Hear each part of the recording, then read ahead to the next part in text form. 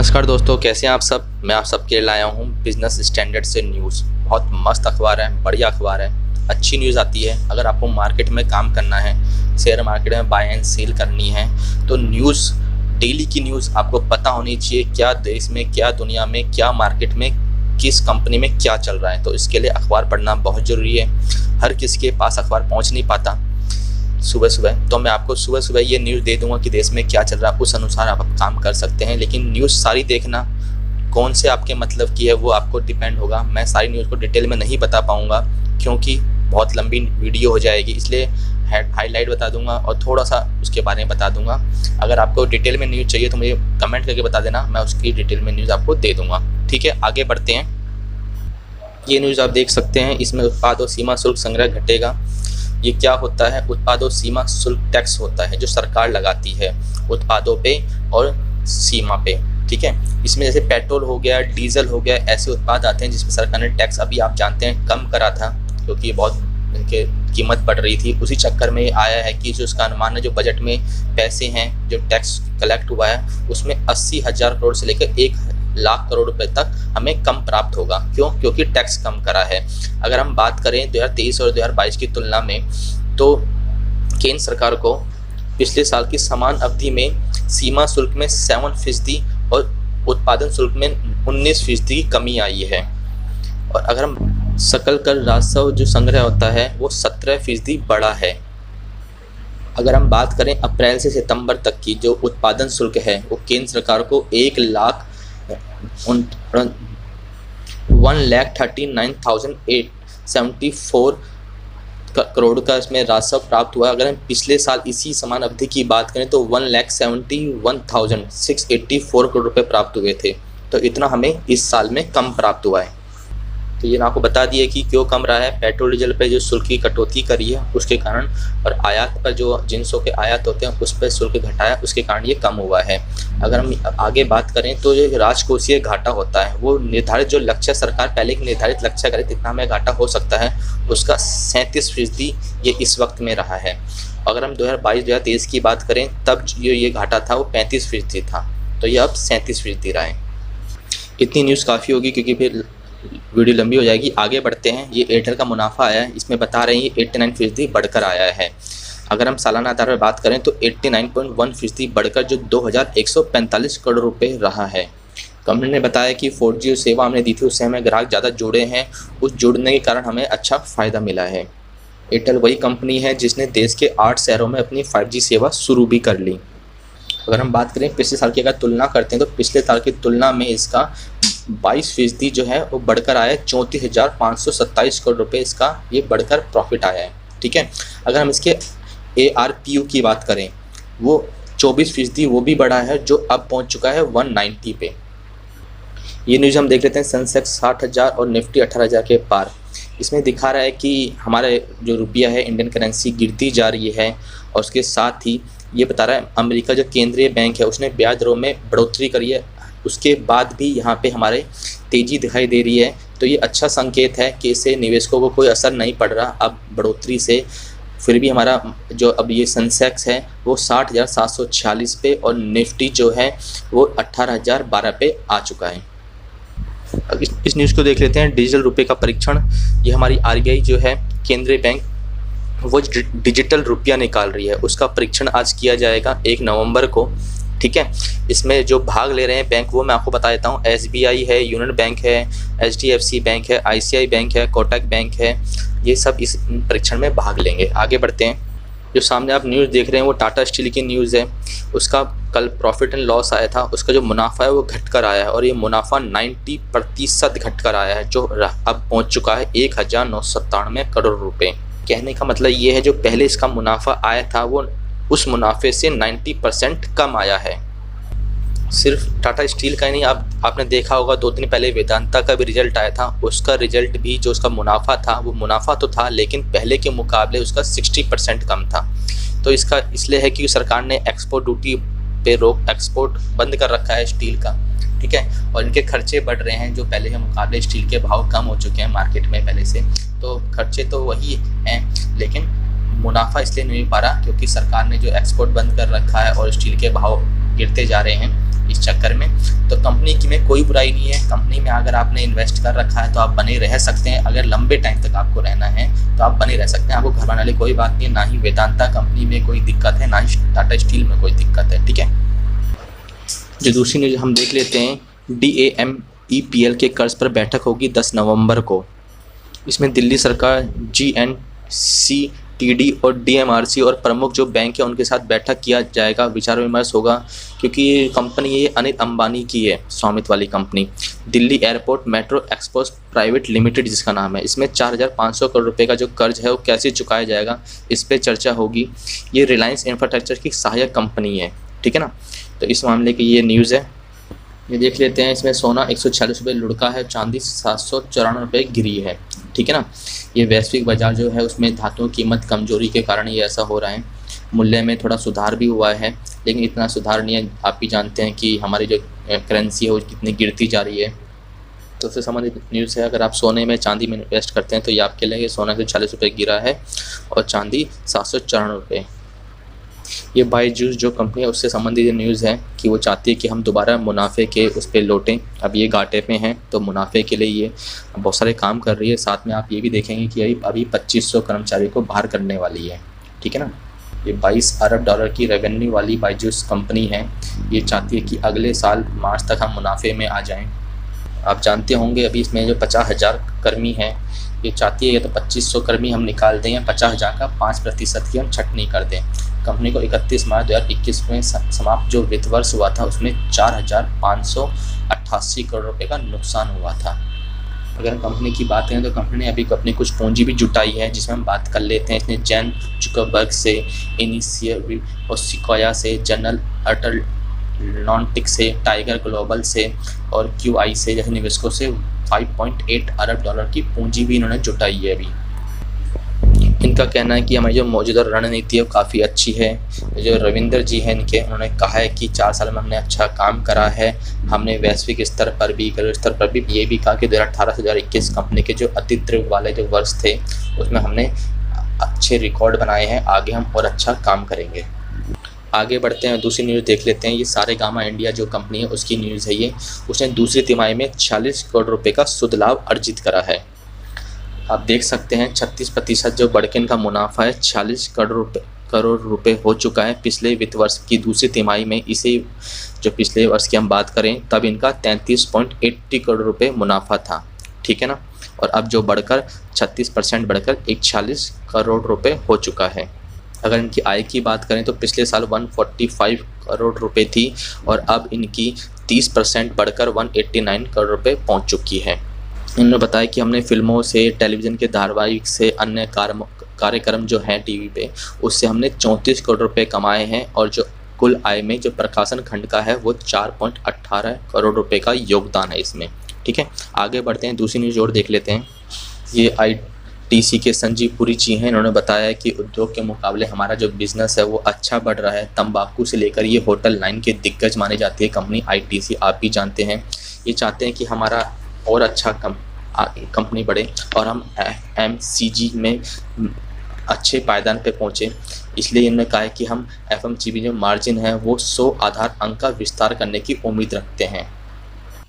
आप जानते होंगे पहले उन्होंने बताया कि अभी जो कोरोना काल आया था उस टाइम हमारा प्रॉफिट कम हुआ था, लेकिन अब उसके बाद हम लगातार अच्छा प्रॉफिट कमा रहे हैं। इनका ये भी कहना है कि जो गैर सिगरेट वाले इनके कारोबार हैं उसमें भी इनका EBITDA पहले के मुकाबले बड़ा है, अच्छा रहा है। वित्त वर्ष 2020 के दूसरी तिमाही से भी इनका पहले के मुकाबले 1.7 गुना अधिक प्रॉफिट अब हमारा आ रहा है। इन्होंने ये बताया, इन्होंने FMCG में जो इनका प्रॉफिट है वो तकरीबन 50% का इजाफा हुआ है। अगर हम बात करें वित्त वर्ष 2017 के मुकाबले से तो वहाँ से उनका मार्जिन 670% अंक के साथ अधिक बढ़ गया है, ठीक है। तो ये सब आप देख सकते हैं। आगे बढ़ते हैं क्योंकि बहुत सारी न्यूज़ है। ये न्यूज़ भी ITC की है। ये न्यूज़ इसलिए है क्योंकि ITC का कारोबार बहुत जगह है। वो किचन में भी अपने पैर पसार रही है। क्लाउड किचन के नाम से उन्होंने बिजनेस स्टार्ट करा है। ये आप देख सकते हैं कि ITC लिमिटेड भविष्य में राजस्व की और मजबूती देख रही है। इन्होंने अपनी जो ये कंपनी है ये बेंगलुरु में इसने श्रृंखला स्टार्ट करी है। ये होल व्हीट पराठा, काठी रोल्स से लेकर ये अफ़गानी बिरयानी, पुल अपार्ट और बैगल्स तक वहाँ पे अब ये अपना दे रहे हैं। ये ऐसी कंपनी जो तंबाकू तक बेचती है और होटल लाइन तक इसका विस्तार है। आप जानते होंगे कि इन्होंने अभी शुरुआत करी थी और अभी इनके 12 किचन स्टार्ट हो चुके हैं जो ज़्यादातर इसी साल शुरू हुए हैं। अगर उनके बंद फूड की जो बात करें तो आप जानते होंगे आशीर्वाद आईटीसी का ही है, सनफीस्ट हुआ ये भी आईटीसी का ही है, ये काफ़ी चर्चित हैं। ठीक है, तो ये सारी चीज़ें आप देख लेना क्योंकि बहुत सारी चीज़ें मैं आगे आपको और बता देता हूँ। ये न्यूज़ आप देख सकते हैं, ये वंक्रांगी पर 1.76 करोड़ रुपये जुर्माना लगाया आरबीआई ने। ये क्यों लगाया? ये लगाया एटीएम के लिए। एटीएम लगाने का एक लक्ष्य निर्धारित करा था केंद्रीय बैंक, ठीक है, तो उसका उन्होंने अनुपालन नहीं करा, इसलिए इनको पहले नोटिस भेजा गया आरबीआई की तरफ से कि आपको ये आपको जुर्माना क्यों न लगाया जाए। जब उन्होंने जवाब दाखिल करा, उस जवाब के बाद ही इन्होंने आरबीआई ने इन पर जुर्माना लगाया 1.76 करोड़ रुपये का एटीएम का लक्ष्य पूरा ना करने के कारण। ये न्यूज़ आप देख सकते हैं कि फेडरल रिजर्व ने अभी अपनी दर अभी बढ़ाने वाला था लेकिन अभी बढ़ाई नहीं है, उससे पहले ही हमारा रुपया जो है वो और लुढ़क चुका है। अगर हम बात करें कैसे गिर रहा है अमेरिकी डॉलर के मुकाबले, ये 82.78 पर बंद हुआ। कब? सोमवार को। अगर हम शुक्रवार के मुकाबले इसकी बात करें तो शुक्रवार को ये 82.47 था। अब तक रुपये में डॉलर के मुकाबले 10.2% की गिरावट आ चुकी है। अगर 2022 से हम इसका मुकाबला करें 2022 से 2023 में तो 10.2% की गिरावट इसमें आ चुकी है हमारे रुपये में। आप जानते होंगे कि अमेरिकी फेडरल जो रिज़र्व है वो 2 नवंबर को बैठक करने वाला है। उस बैठक में आगे ब्याज दरों के बारे में और निर्णय लिया जाएगा, उससे संबंधित है ये। आगे देखते हैं क्या होता है। सिर्फ इंडिया की करेंसी में नहीं, आप देख सकते हैं चीन की युआन में भी बड़ी कमजोरी दर्ज की जा रही है। क्यों? सिर्फ फेडरल के कारण जो अपने ब्याज बढ़ाते जा रहे हैं। ठीक है, तो 2 नवंबर को रहेगा। 3 नवंबर को हमारे यहाँ भी मीटिंग है, उस पर भी हमें ध्यान रखना है कि आगे क्या मार्केट पे असर पड़ेगा। देखते हैं और न्यूज़ पे। अगर ये न्यूज़ हम देखें तो ये वो अपने वही शेयर बाज़ार की मजबूती कहने बता रहा है कि अमेरिकी जो फेडरल का रुख अभी नरम हुआ है, उस कारण ही सेंसेक्स 60,000 के पार जा पाया है। आप ये देख सकते हैं सेंसेक्स 786 अंक की बढ़ोतरी हुई थी इसमें सोमवार को, इसलिए 60,746 पर बंद हुआ जो है ना, जो 18 जनवरी 2022 के बाद सर्वोच्च स्तर है इसका। और निफ्टी की बात करें तो 225 अंक पे बढ़ोतरी करी थी इसने सोमवार को, जो 18,102 पे समाप्ति बंद हुआ है। अक्टूबर से अगर हम सेंसेक्स की बात करें तो 5.7% यानी 3,319 अंक चढ़ चुका है अक्टूबर से। ठीक है, पिछले। और जबकि निफ्टी में 5.3% यानी 918 अंकों की बढ़ोतरी दर्ज हुई है। ये सब क्यों हो रहा है? ये सब इसलिए हो रहा है कि फेडरल, अब ये माना जा रहा है कि वो अपनी दरों में कुछ नरमी करेगा, उस उम्मीद के भरोसे ये सब हो रहा है। अभी हुआ नहीं है, सिर्फ ये उम्मीद के चक्कर में ही ये सब हो कि हमारा मार्केट है सुधर रहा है। अगर हम एफआई की शुद्ध खरीदार की बात करें तो उन्होंने अच्छी खरीदारी इस वक्त करी है। अगर हम पिछले महीने की तुलना करें तो पिछले महीने उन्होंने 13,405 करोड़ की बिकवाली करी थी। और वहीं अगर हम अब देखें तो सोमवार में ही इन्होंने 4,178 करोड़ की खरीदारी करी है। बाजार बढ़ने का एक कारण और भी है, आप जानते होंगे अमेरिकी जो जीडीपी है उसके आंकड़ों में सुधार हुआ है, मतलब अर्थव्यवस्था में सुधार हुआ है। जो जुलाई सितंबर का अभी जो डाटा है उसमें उनके सुधार हुआ है। अगर पहले की अगर हम 2 तिमाही की बात करें तो उसमें गिरावट आई थी। सितंबर तिमाही में अमेरिकी जीडीपी 2.6% का इजाफा हुआ है। 2.6% बहुत होता है। ठीक है, आप जानते होंगे अभी जो क्रूड ऑयल है वो भी, उसके भाव भी गिर रहे हैं, तो ये भी मार्केट के लिए अच्छा है। ब्रेंट क्रूड ने 1.7% गिरावट दर्ज की है, जो अभी चल रहा है 93.4 पर डॉलर। ठीक है ना, क्रूड ऑयल ये इसका प्राइस कम होता है तो ये भारत की अर्थव्यवस्था के लिए भी अच्छा है, क्योंकि भारत की जो आयात करती है उससे जो हमारा खर्चा बढ़ता है, क्योंकि क्रूड ऑयल का भाव बढ़ेगा तो आयात के कारण हमारा जो खर्चा बढ़ जाता है वो कम होगा। अगर हम पिछले 4 महीने में ब्रेंट क्रूड की बात करें तो 28% पहले से मुकाबले कम हो चुका है। कम होने के कारण ये भी आप मान सकते हैं चीन में जो कमजोरी आर्थिक आंकड़े हैं वो कमजोरी दिखा रहे हैं, उसके कारण भी ये कच्चे तेल की गिरावट दर्ज कर रही है, क्योंकि चीन एक बहुत बड़ा आयातक है पेट्रोल का, तो उस क्रूड ऑयल का, तो उस कारण भी इस चीन में जब कमजोरी आई है, मंदी आई है, इस कारण कच्चे तेल में भी कमजोरी आई है। अगर हम बात करें तो अभी भी कुछ वैश्विक स्तर पर लगातार जो हालात हैं वो चुनौतीपूर्ण हैं, क्योंकि आप जानते होंगे यूरो जोन में अभी जो डाटा आया है महंगाई का वो 10.7% बढ़ चुका है। ये अक्टूबर से 1 साल के अगर मुकाबले में बात करें 10.7% बढ़ा है, तो ये बहुत ही चिंताजनक है। इसलिए भी हमारे जो निवेशक हैं अभी वो थोड़े घबराए हुए हैं। सिर्फ फेड ही नहीं, आप देखेंगे तो फेड के अलावा ऑस्ट्रेलिया का जो रिजर्व बैंक है, बैंक ऑफ इंग्लैंड है, उनका भी इसी हफ्ते ये मौद्रिक नीति की घोषणा वो कर सकते हैं। वो क्या करेंगे ये देखा जाएगा। वैसे माना तो है ये फेड जो अपनी जो ब्याज दर है 5% तक लेके जरूर जाएगा। 5% से ऊपर जाने की संभावना नहीं है। और अब क्या होता है वो देखते हैं कल। जो ये न्यूज़ है म्यूचुअल फंड से संबंधित न्यूज़ है। म्यूचुअल फंड का जो हालात हैं वो भी सही नहीं चल रहे। वो इसलिए नहीं चल रहे क्योंकि बाजार के हालात भी अभी अच्छे नहीं हैं। इसलिए अब हम देख सकते हैं म्यूचुअल फंड में भी तेज़ी नहीं आ रही। एक आंकड़े की बात करें तो म्यूचुअल फंड में ज़्यादा लोग इंटरेस्ट इस साल कम हुआ है। अगर हम पिछले साल की समान अवधि की बात करें तो 40 लाख नए निवेशक जुड़े थे पिछले साल। इस पहली छमाही में बात करें सिर्फ 24 लाख ही नए निवेशक अभी तक जुड़ पाए हैं। तो इसलिए भी ये माना जा रहा है क्योंकि ये आंकड़ा जो दिया है वो दिया है association of mutual fund in India AMFI के द्वारा ये हमें आंकड़ा मिला है। अगर हम SIP द्वारा जो निवेश होता है अगर उसकी बात करें तो वो भी पहले से शुद्ध रूप से घटा है। पहले जो खाते जुड़े थे वो 76 लाख जुड़े थे। इस बार वो घटकर सिर्फ 56 लाख हो चुके हैं। ठीक है। अगर हम निवेश इस साल में सिर्फ 9% बढ़ा है। जबकि वित्त वर्ष अगर 2022 में बात करें तो पहले के मुकाबले वो 6 महीने में 20% चढ़ चुका था। तो ये सब दिखाता है आंकड़े। तो ये म्यूचुअल फंड संबंधित न्यूज़ थी। हम आगे बढ़ते हैं और देखते हैं आगे हमारी न्यूज़ और क्या बता रही है। जो ये न्यूज़ है ये अमेरिका के लिए है कि मंदी की तो आशंका है फिर भी बाज़ार में तेज़ी दिखाई दे रही है। ये क्यों हो रहा है? ये सिर्फ इसलिए हो रहा है कि ये मानना है कि जो फेडरल है वो अपने जो आंकड़े हैं मतलब वो अपने कम कर सकता है। सिर्फ इसी आधार पे ये न्यूज़ बनाई गई है कि अगर अमेरिका का बाज़ार बढ़ता है तो इंडिया का भी इक्विटी बाज़ार बढ़ेगा। अगर हम बात करें सेंसेक्स और निफ्टी 50 में इस अवधि के दौरान 4 से 5% तेज़ी आई है। सिर्फ क्योंकि अभी अमेरिका के जो आंकड़े उसमें डो जोन्स में और S&P 500 नैस्डैक में 5 से 14% की बीच तेज़ी आई। तो उसी कारण निफ्टी में भी 4 से 5% की तेज़ी आई। तो अमेरिका के जब बाज़ार में तेज़ी आती है तो इंडिया की इक्विटी मार्केट में भी तेज़ी आती है, वहाँ गिरावट होती है तो यहाँ भी गिरावट होती है। तो ये अच्छी न्यूज़ है। अगर अमेरिका में तेज़ी आ रही है तो यहाँ पे भी आने वाले साल के अंत आ चुका है। नवंबर दिसंबर में यही मानना है कि अब इक्विटी बढ़ेगा क्योंकि अगर अभी आशंका यही लगाई जा रही है जो 2 नवंबर को अमेरिकी बैंक की जो मीटिंग होगी वो अपने आंकड़े कुछ कम कर सकते हैं। फेड का जो डाटा है जो उनकी दर है वृद्धि की उसको कुछ नरम करेगा। इसी संभावना के आधार पर ही सारा मार्केट इस टाइम चल रहा है। तो जो भी है जैसा भी होता है हम न्यूज़ पे टिके रहेंगे क्योंकि न्यूज़ बहुत बड़ा मैटर करती है हमारे निवेश पे, हमारे मार्केट पे।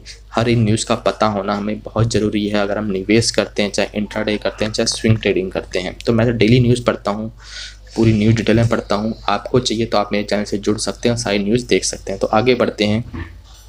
ये प्री नोट्स की न्यूज़ है। आप जानते होंगे प्री नोट्स पार्टिसिपेटरी नोट्स जिसे कहा जाता है, उसके जरिए बाज़ार में अब ये निवेश बढ़ता जा रहा है। अगर हम सितंबर के अंत में बात करें तो 87,813 करोड़ रुपए तक ये पहुंच चुका है। ये लगातार दूसरा महीना है जब निवेश में बढ़ोतरी करी है। अगर हम सेबी के आंकड़ों की बात करें तो सेबी के आंकड़ों के आधार पे मैं आपको बता रहा हूँ कि जो इक्विटी है और ऋण है और मिश्रित जो प्रतिभूति है उनको मिलाकर सितंबर में 87,813 करोड़ रुपए का निवेश रहा है मार्केट में। क्योंकि जुलाई में ये निवेश था 75,725 करोड़ और जून की बात करें जून के अंत तक ही 80,000 करोड़ निवेश था और मई में ये 86,706 करोड़ था और अप्रैल में ये 90,580 करोड़ रुपए रहा था। अगर 2022 के आंकड़ों की बात करें तो 2022 में प्री नोट्स के जरिए कुल निवेश में 79,418 करोड़ रुपये शेयरों में, 9,056 रुपये ऋण में और बॉन्ड में और 239 करोड़ रुपये हाइब्रिड प्रतिभूतियों में लगाए गए थे। अगर हम निवेश की बात करें तो उभरते बाजार भारत का प्रदर्शन काफ़ी अच्छा रहा है, कमाई के लिहाज से भी बहुत अच्छा रहा है क्योंकि FPI चीन में बिकवाली कर रहे हैं। FPI चीन में बिकवाली कर रहे हैं, वहाँ मंदी के असर ज़्यादा हैं, कोविड के संकेत ज़्यादा हो रहे हैं। तो वहाँ उस चक्कर में वहाँ से लोग बाहर निकल रहे हैं निवेशक और वहाँ से कुछ निवेशक भारत में आ रहे हैं। तो इसलिए भारत का मार्केट अच्छा बढ़ रहा है। आगे बढ़ते हैं और देखते हैं और न्यूज़। ये जो न्यूज़ है वो राजकोषीय घाटे से संबंधित है। ये राजकोषीय घाटा जो निर्धारित किया जाता है उसका 37% ये कवर कर चुका है। ठीक है। अगर हम बात करें पिछले साल की तो पिछले साल में इस 6 महीने जो छमाही है तब तक ये 35% कवर करा था, मतलब 5.27 लाख करोड़ का था जो इस साल बढ़कर 6.20 लाख करोड़ रुपए पहुंच चुका है। केंद्र सरकार का भी ये मानना है कि जो राजकोषीय घाटा है वो वित्त वर्ष 2023 में नॉमिनल जीडीपी के 6.4% के बराबर रहने की उम्मीद लगाई जा रही है। राजकोषीय घाटा बहुत कारणों से हो जाता है, जैसे सरकार जो सब्सिडी देती है उससे राजकोषीय घाटा बढ़ता है, जितनी टैक्स प्राप्त होना चाहिए वो टैक्स प्राप्त नहीं हो पाता, उसके कारण भी राजकोषीय घाटा बढ़ जाता है। अगर हम वित्त वर्ष 2023 की बात करें तो पहली छमाही में राजस्व व्यय 14.81 लाख करोड़ रुपए और वित्त वर्ष 2023 के बजट अनुमान का जो 46.3% रहा है। पिछले साल की समान अवधि में ये 13.97 लाख करोड़ रुपए था, जो वित्त वर्ष के बजट अनुमान का 47% था। इस साल अप्रैल और सितंबर के दौरान पूंजीगत आवंटन 3.43 लाख करोड़ रुपए रहा, जो 7.5 लाख करोड़ रुपए बजट अनुमान का 45% है।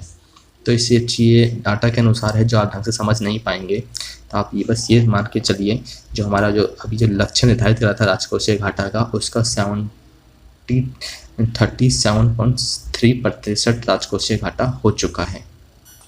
अगर हम ये जो न्यूज़ है वो उत्पादन से है संबंधित है, जो बुनियादी उद्योग हैं उनका उत्पादन बढ़ा है, 3 माह के जो उच्चतम स्तर होता है वहाँ तक पहुँच चुका है। कौन कौन से हुए हैं? उर्वरक हुआ, सीमेंट हुआ, बिजली का उत्पादन हुआ। ये पहले के मुकाबले 2 अंकों की वृद्धि के साथ आगे बढ़ रहा है। इस वजह से ये न्यूज़ आई है कि जो बुनियादी ढांचा है वो अच्छा रहा है। सितंबर के ये इसमें 3 महीने का ये उच्चतम स्तर पहुंच चुका है 7.9% का। ठीक है, अगर हम बात करें पूरे आंकड़ों से तो कोयले का 12%, इस्पात का 6.7%, बिजली का 11%, सीमेंट का 12%, ये उत्पादन की तुलना में वृद्धि हुई है। जबकि अगर हम बात करें रिफाइनरी उत्पादों की तो रिफाइनरी उत्पादन में 6.6%, उर्वरक में 11.8% और कच्चे तेल की बात करें तो उसमें -2.3% और प्राकृतिक गैस में -1.7% के लगातार चौथे और तीसरे महीने में गिरावट दर्ज की गई है। किसमें? कच्चे तेल और प्राकृतिक गैस में। ये बात कर रहा है आंकड़ों के मुताबिक जो चालू वित्त वर्ष है उसमें अप्रैल और सितंबर के जो उत्पादन है उसमें 9.8% पहले से बढ़ चुका है।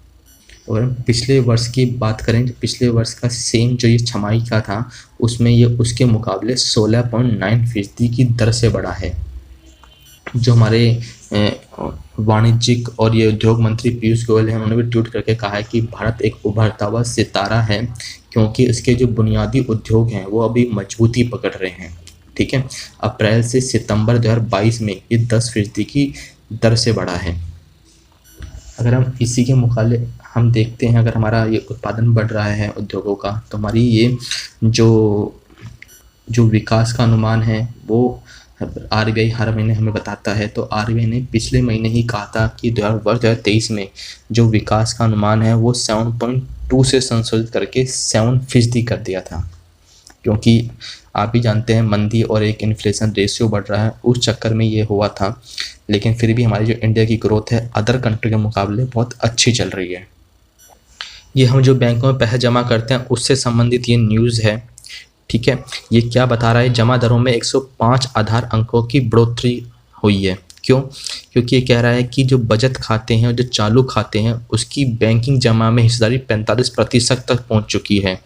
रेपो रेट में जो ये 190 आधार अंक की जो बढ़ोतरी हुई है वो जमा दर में 105 आधार अंक की बढ़ोतरी के साथ हुई है। ये कह रहा है मौद्रिक नीति की सख्ती जो की गई थी उसमें एमसीसी के जो रेपो रेट 190 आधार अंक की जो बढ़ोतरी हुई है, बैंक कर्ज पर ब्याज तो बढ़ रहा है, जो बैंक कर्ज देता है उस पर ब्याज तो बढ़ रहा है, लेकिन जो हम बैंक में पैसा जमा करते हैं वो उतना % नहीं बढ़ा रही है। ये बैंक में कर्ज जो देते हैं उसका ब्याज क्यों बढ़ा रहे हैं? क्योंकि इन्फ्लेशन रेशियो बढ़ रहा है। जब ब्याज बढ़ाएंगे तो लोग कम पैसा खर्च करेंगे, थोड़ा डिमांड कम होगी ताकि हमारी जो महंगाई है वो स्थिर आ चुके। तो उसी से संबंधित ये न्यूज़ है। इनका ये भी कहना है कि जो कुछ सप्ताहों से जो बैंकिंग व्यवस्था में जो नकदी हम जमा करते हैं जो बैंक में उसमें कमी आई है। बैंकों ने अपनी जमा दरें इसलिए बढ़ा रहे हैं। अब बैंकों का ये मानना है कि जो हम बैंक में पैसे जमा करते हैं उसकी ये दर बढ़ाएंगे जिससे जो नकदी की समस्या है वो ठीक हो सके और लोग बैंक में पैसा जमा कर सकें। जो ये न्यूज़ आप देख रहे हैं ये सरसों से संबंधित न्यूज़ है। सरसों को उत्पादन बढ़ाने के लिए बताया गया है, जो अब रबी की फसल आने वाली है उसमें ये कह रहे हैं कि हम सरसों का उत्पादन और बढ़ाएंगे। कैसे, ये क्या बात कर रहे हैं, राष्ट्रीय कृषि विज्ञान जो एकेडमी है भारत की, 2 सबसे बड़ी जो संस्था है ये कृषि से संबंधित, एक तो राष्ट्रीय कृषि विज्ञान एकेडमी और दूसरा trust for advancement and agriculture sciences, जिसे कहते हैं टास। वैज्ञानिकों ने कहा कि भारतीय कृषि अनुसंधान परिषद अगले 10 से 15 दिनों में रबी मौसम जो आ रहा है उसमें नए आनुवांशिक रूप से परिवर्तन करके नई किस्म की सरसों उगाएगी, जिसका अध्ययन किया जाएगा। बड़े पैमाने पर बीज उत्पादन करके इसकी स्थिति को सुधारेंगे। ऐसा करने के लिए बहुत से मंत्रालयों से हमें मंजूरी भी लेनी पड़ती है, जहाँ GEAC ने मंजूरी दे दी, लेकिन जो पर्यावरण और वन मंत्रालय ने उसने अभी तक ये मंजूरी नहीं दी है। उनका ये साफ आधिकारिक रूप से शाम को पुष्टि भी हुई थी जब ये अखबार छपा था, उससे पहले। अगर हम बात करें सरसों उगाने वाले प्रमुख राज्य कौन से हैं, तो वो राजस्थान है, हरियाणा है, पंजाब है, मध्य प्रदेश है। ये ऐसे राज्य हैं जो प्रमुख रूप से सरसों को उत्पादन करते हैं। ये बीजों का परिवर्तन किया जा रहा है, कुछ नया टेक्नोलॉजी लाई जा रही है, तो इसमें बहुत से जो हमारे कृषि से संबंधित किसान के संगठन होते हैं, उन्होंने कुछ ने इसका विरोध करा है, कुछ ने इसका समर्थन करा है। तो उसके लिए भी इसमें थोड़े दिक्कतें आ रही हैं, क्योंकि जब कुछ बदलता है तो बहुत से लोगों को उसका फ़ायदा होता है, बहुत से लोगों को उसका नुकसान भी होता है। तो वही यहाँ ये कहना चाह रहे हैं कि राष्ट्रीय स्वयं सेवक संघ से संबंधित राष्ट्रीय किसान संघ है और स्वदेशी जागरण मंच है, उन्होंने खुल के इसका विरोध किया है। वहीं जो वामपंथी झुकाव के जो लोग हैं, जैसे भारतीय किसान सभा के, वो इसके समर्थन में है। उनका कहना है आनुवांशिक परिवर्तन से कोई हमारा विरोध नहीं है, लेकिन वो चाहते हैं इसका जो परीक्षण हो भारतीय ही परिस्थिति के अनुकूल किया जाए। तो देखते हैं आगे इसका क्या होता है। अब आगे बढ़ते हैं और देखते हैं कौन सी न्यूज़ है। एक लास्ट न्यूज़ और आप देख लीजिए। ये जो न्यूज़ है ये योटा करेगी 39,000 करोड़ निवेश, कहाँ, उत्तर प्रदेश में। योटा एक क्या है, ये कंपनी है जो डाटा से संबंधित जो जानकारी होते हैं उसको इकट्ठा करते हैं, उससे संबंध में नोएडा में इन्होंने अपना प्लांट डाला है। उसके लिए इन्होंने MOU साइन करा है राज्य से। इसमें ये 39,000 करोड़ रुपये निवेश करेगी। ठीक है, एक नई पीढ़ी का डिजिटल सूचना है। इसमें उत्तर भारत में अपना पहला ये बड़ा सेंटर खोलने जा रही है, जो D1 अपने ग्रेटर नोएडा में जो डेटा सेंटर पार्क में खोला जाएगा। इसकी स्थापना करीब 1500 करोड़ रुपए निवेश करके की गई है, जो 20 माह के रिकॉर्ड समय में इसे तैयार किया जाएगा। ये 7 फ्लोर का बनेगा, जिसमें 3 लाख वर्ग फुट में ये पूरा तैयार होके बनेगा। ठीक है, इसमें 5,000 करोड़ रुपए का अतिरिक्त निवेश भी आगे करा जाएगा, इनका ये कहना है। तो योटा एक कंपनी है जो MOU ने साइन कर लिया उत्तर प्रदेश सरकार से, जो ग्रेटर नोएडा में खोला जाएगा। ठीक है दोस्तों, ये थी आज की न्यूज़। अगर आपको मार्केट में काम करना है तो न्यूज़ आपको पता होनी चाहिए। ऐसे ही मैं इस चैनल पे अच्छी अच्छी वीडियो लाता रहूँगा। इंडिकेटर की न्यू इंडिकेटर कैसे देखते हैं, कैंडलस्टिक पैटर्न, प्राइस एक्शन और मार्केट संबंधित बहुत सारी वीडियो लाऊंगा जो आपके काम की होगी, जिससे आपको मार्केट सीखने को मिलेगा, इन्वेस्टमेंट करने को मिलेगा, इंट्राडे कैसे करते हैं, डेली किस शेयर में आपको इन्वेस्टमेंट करना है, पैसा कमाना है, सब कुछ मैं इस चैनल पर लाऊँगा। बस आपको इतना करना है, जो वीडियो आए उसको लाइक करना है, सब्सक्राइब करना है, ताकि इस वीडियो सीधा आपको मिल जाए। जो बेनिफिट आपको होना चाहिए वो इस वीडियो से ज़रूर होगा। बस आप लाइक और चैनल सब्सक्राइब जरूर कर लेना दोस्तों। धन्यवाद।